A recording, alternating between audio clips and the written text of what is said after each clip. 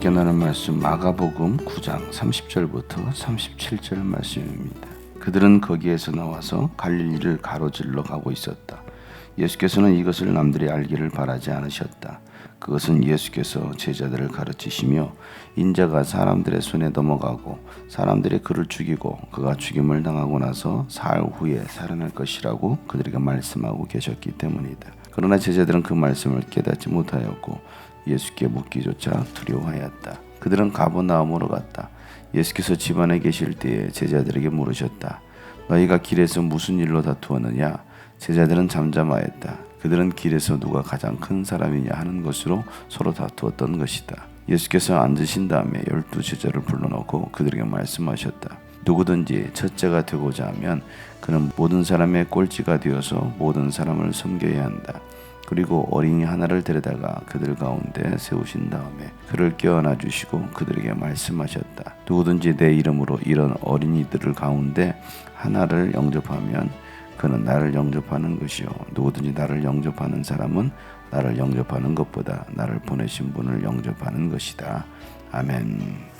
가이사랴 필립보에서 예수님께서 제자들에게 물으시기를 사람들이 나를 누구라 하더냐라고 물었을 때에 어떤 이는 엘리야, 어떤 이는 또 침례요한, 어떤 사람은 예언자 중에 한 사람이라고 말합니다 라고 했을 때 그러면 너희는 나를 누구라고 하느냐? 베드로는 주는 그리스도시요 살아계신 하나님의 아들이십니다 라는 고백을 하게 됩니다. 또 변화산에서 모세도 엘리야도 아닌 오직 예수 그리스도의 음성을 들어야 된다라는 이 두 사건 이후로 예수님은 제자들에게 반드시 인자는 죽어야 되고 고난을 당해야 된다는 그 말씀을 하십니다. 그럼에도 불구하고 제자들은 그 예수님의 말씀의 의미가 무엇인지를 깨닫지 못하고 예수께서 이 땅에 오신 이유가 무엇인지를 알지 못했습니다. 그저 그들이 원하는 그리스도는 로마로부터 해방을 일으키고 또 그들에게 자유를 주고 그들의 모든 필요들을 채워주실 그리스도를 기대하고 있었습니다. 그런데 그와는 정반대로 예수님은 순환을 당하고 마침내 십자가에서 죽으실 뿐만 아니라 3일 만에 부활한다라는 그 말씀의 의미를 그들은 깨닫지 못하고 오늘 말씀에도 보면 또다시 제자들에게 사람들의 손에 넘겨지고 예수님이 죽을 뿐만 아니라 다시 부활하신다라고 말씀하고 있습니다. 이 땅에서의 죽음과 부활에 대해서는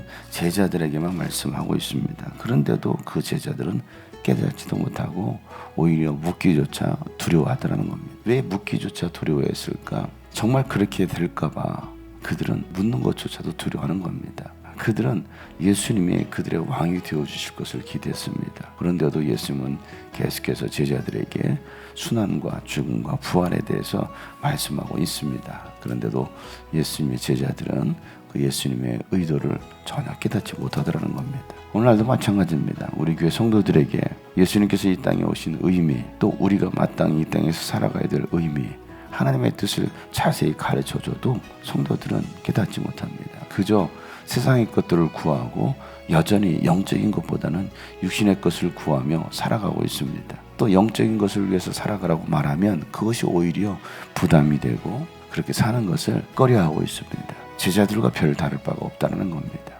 오히려 제자들은 가버나움으로 가는 길에 다툼이 일어났습니다. 그 다툼은 예루살렘에 올라가서 왕에 올랐을 때 누가 더 큰 자가 될 것이냐, 누가 오른편에 앉고 누가 왼편에 앉을 것이냐 해가지고서 그들은 다투고 있었습니다.